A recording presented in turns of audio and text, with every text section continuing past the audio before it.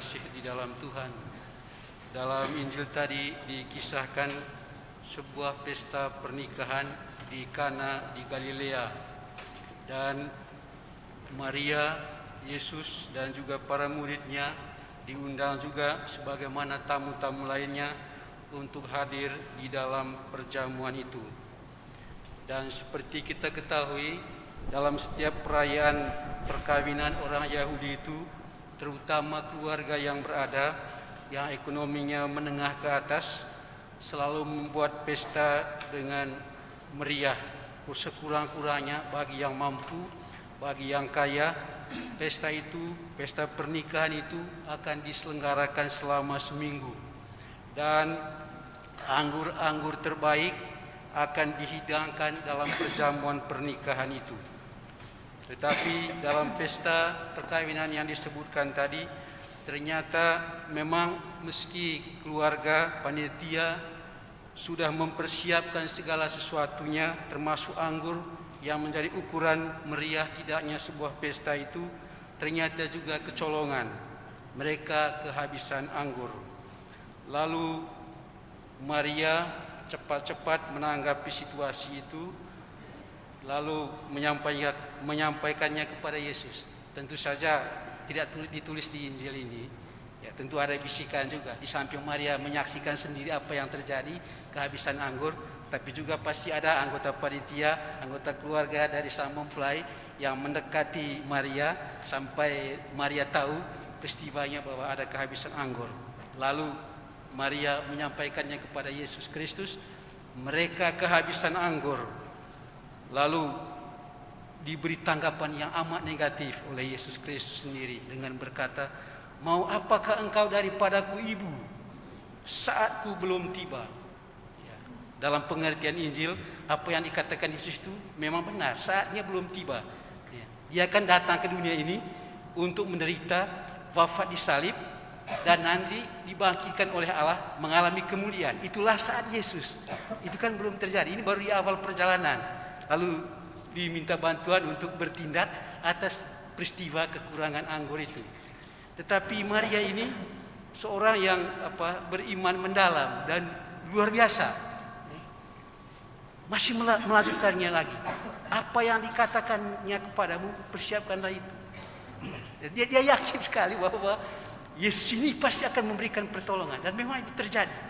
Ya, berkat Maria ini. Ya. Maria ini tidak hanya seorang yang tanggap terhadap situasi, tidak hanya berinisiatif atas situasi itu, tapi juga dia seorang yang beriman mendalam, percaya bahwa Yesus Kristus yang adalah firman Allah yang telah menjadi manusia, karena iman Maria itu sendiri akan mampu bertindak meskipun saatnya belum tiba. Dan dalam Injil Yohanes itu, Maria ini adalah wanita pertama, orang pertama dalam seluruh Injil yang percaya kepada firman yang telah menjadi manusia ini. Anak Allah yang telah menjadi manusia ini, yaitu Kristus itu sendiri. Apa yang dikatakan kepadamu, perbuatlah itu. Dan pelayan-pelayan semua melakukan seperti yang dikatakan oleh Maria itu. Lalu 6 tempayan itu diisi penuh dengan air. Lalu Yesus bertindak, mengubah air itu menjadi anggur. Dan rasanya lebih enak daripada anggur-anggur yang sudah pernah dihidangkan selama pesta berlangsung itu. Saudara-saudari yang terkasih di dalam Tuhan, kalau kita dalam konteks zaman sekarang ini mau menghidupi keluarga Katolik kita, terutama hidup perkawinan yang bukannya tanpa masalah. Kehidupan keluarga Katolik ini sampai dengan saat ini banyak juga masalah yang terjadi. Ada yang berakhir dengan perceraian.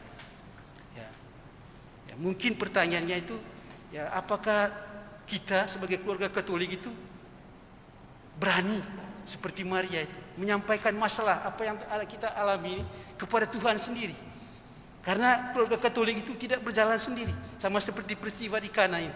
Dalam diri keluarga Katolik, setiap keluarga Katolik itu ada Yesus di sana, ada Bunda Maria di sana.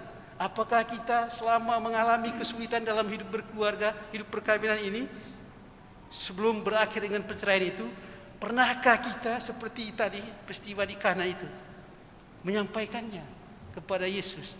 Kami kekurangan anggur, kami kekurangan kesetiaan, kami kekurangan perhatian, kami kekurangan tegur sapa, kami kurang membangun komunikasi yang baik di antara kami sebagai suami dan istri dalam keluarga. Apakah keluarga kita pernah melakukan seperti itu? Dan harus seperti Maria, tidak hanya sekali omong, sekali minta, terus-menerus minta. Meskipun ditolak, saatku belum tiba. Artinya permintaan ibu itu tidak masuk akal. Saya belum menjalankan misi, saya harus menderita dulu, mati di salib dulu, mendapatkan kemuliaan. Tetapi Maria ini luar biasa, menakjubkan imannya, luar biasa, patut dicontoh. Akhirnya Yesus menghadirkan, menaruh apa yang nanti terjadi di akhir itu dibawa ke permulaan kehidupannya, pelayanannya. Mujizat terjadi saat yang nanti, saat yang belum tiba, harus sekarang menjadi kenyataan, harus terjadi sekarang ini. Itu luar biasa karena iman Maria ini. Ya, mungkin ini menjadi contoh yang baik. Ya. Sebelum keluarga kita berakhir dengan perceraian, keluarga-keluarga muda berakhir dengan perceraian, pernahkah kita berpikir untuk seperti Maria? Masalah apapun yang kita hadapi, tidak ada keluarga di dunia ini yang hidup perkawinannya itu mulus-mulus saja. Tidak ada keluarga Katolik di dunia ini yang hidupnya tidak pernah bercecok, tidak pernah bertengkar, tidak pernah berselisih, berbeda pendapat. Tidak ada, selalu ada dalam kehidupan. Tapi banyak yang juga berakhir dengan perceraian karena kurang seperti Maria melibatkan Tuhan dalam setiap permasalahan yang mereka hadapi.